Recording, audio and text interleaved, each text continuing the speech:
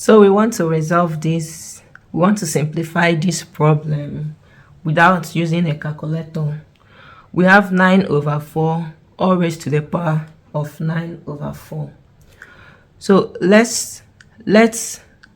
this 9 be equal to 3 to the power of 2 and 4 be equal to 2 to the power of 2.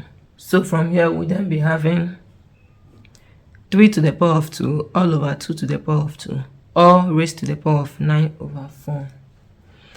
But remember, from law of indices, when we have a to the power of m all over b to the power of m, this is the same as a over b all raised to the power of m. So when we apply this rule to this, we then be having 3 over 2 all raised to the power of 2 further raised to the power of 9 over 4. So it will be multiplying from law of indices. So this will then give us 3 over 2. 2 times 9 over 4 will be having 9 over 2. So we can actually split this 9 over 2 to have 3 over 2 all raised to the power of 4 plus 1 over 2. From here,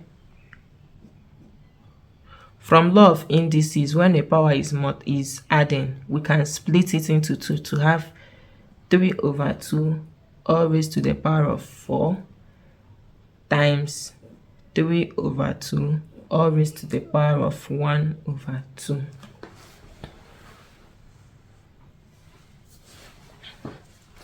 So resolving this problem, we have 3 over 2 all raised to the power of 4. So 3 to the power of 4 is 81 over 2 to the power of 4 is 16 times 3 over 2 all raised to the power of half is the same as square root of 3 over 2. So from here we'll rationalize. So we want to apply salt. Okay, so this thing is the same as 81 over 16 times root 3 over root 2. So we'll be rationalizing this particular problem here in order to remove the square root in the denominator. So we then have 81 over 16 root 3 over root 2 times root 2 over root 2. So this will then give us 81 over 16